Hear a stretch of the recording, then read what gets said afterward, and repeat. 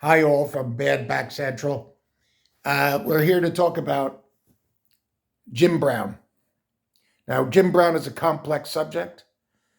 He deserves an entire book, a long book, a 600-page book. His life was long, his life was interesting, but complex. So we can talk about his football career and we can talk about other things. Let's talk first about his football career. He is regarded as the greatest football player who ever lived. And in that, it's like walking down the street being the greatest heavyweight who ever lived. He's a lot like Mike Tyson. People have this tremendous respect for him because of the way he played. He dominated. He imposed his will. He had great athletic ability, but he also had extraordinary resilience, determination, toughness. He never went out of bounds when he could take another half yard. He never complained, even though people were scratching at his eyes and twisting his ankles.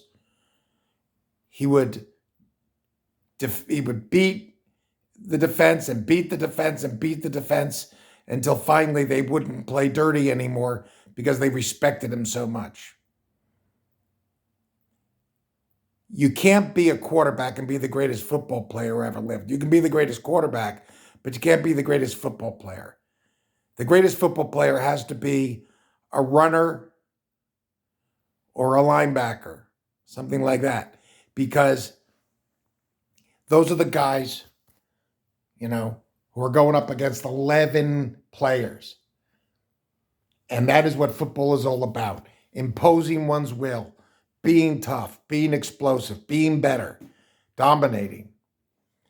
A quarterback needs his players. He needs his receivers. He needs a plan. He needs his blockers. He needs the coach.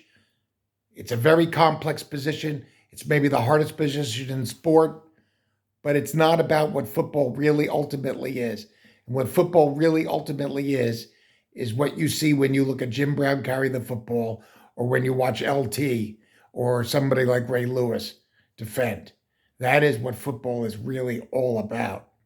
So in that sense, he was a prince like Joe DiMaggio or Michael Jordan or Mike Tyson. He was this figure that people would say, there goes Jim Brown.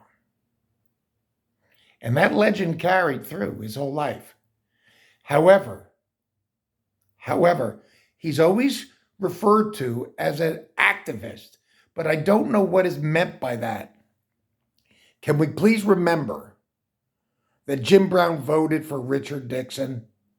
Can you imagine voting for Richard Nixon? Why would anybody have voted for Richard Nixon?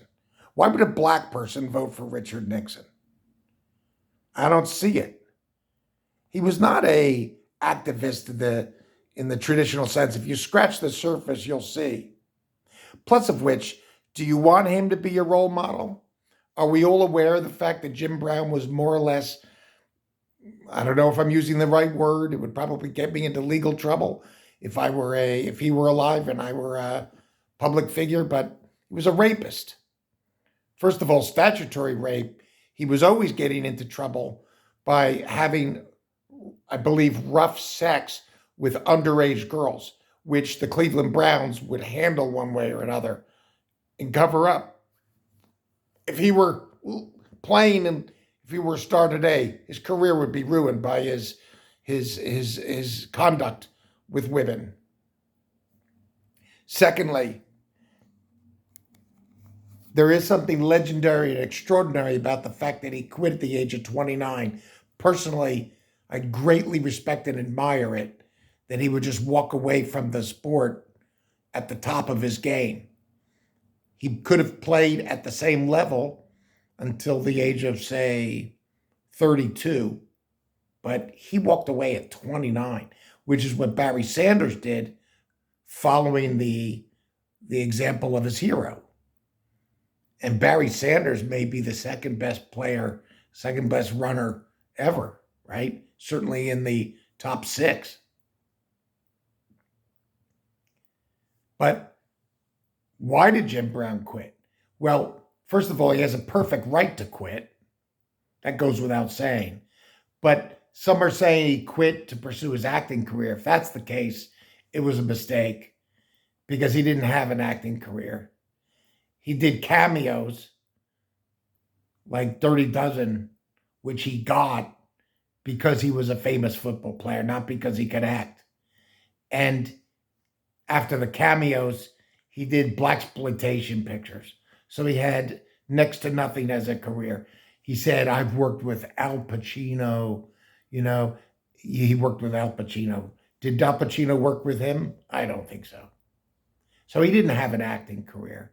And as an activist, we should take a look at that, what is meant, because he was one of those who believed that, all the responsibility for the problems of Black people in this society, are with the Black people. He was all about personal responsibility, asserting yourself, et cetera, et cetera.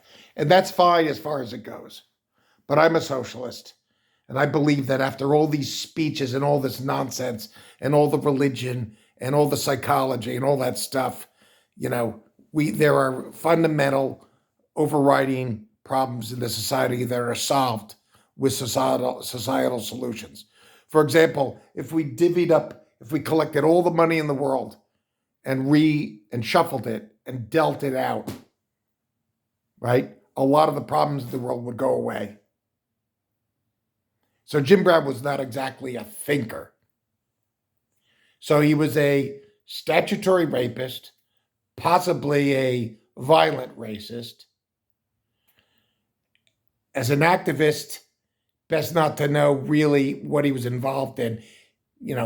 As I say, voting for Richard Nixon means, he completely rejected the idea of the real civil rights movement of the 1960s and the 1970s.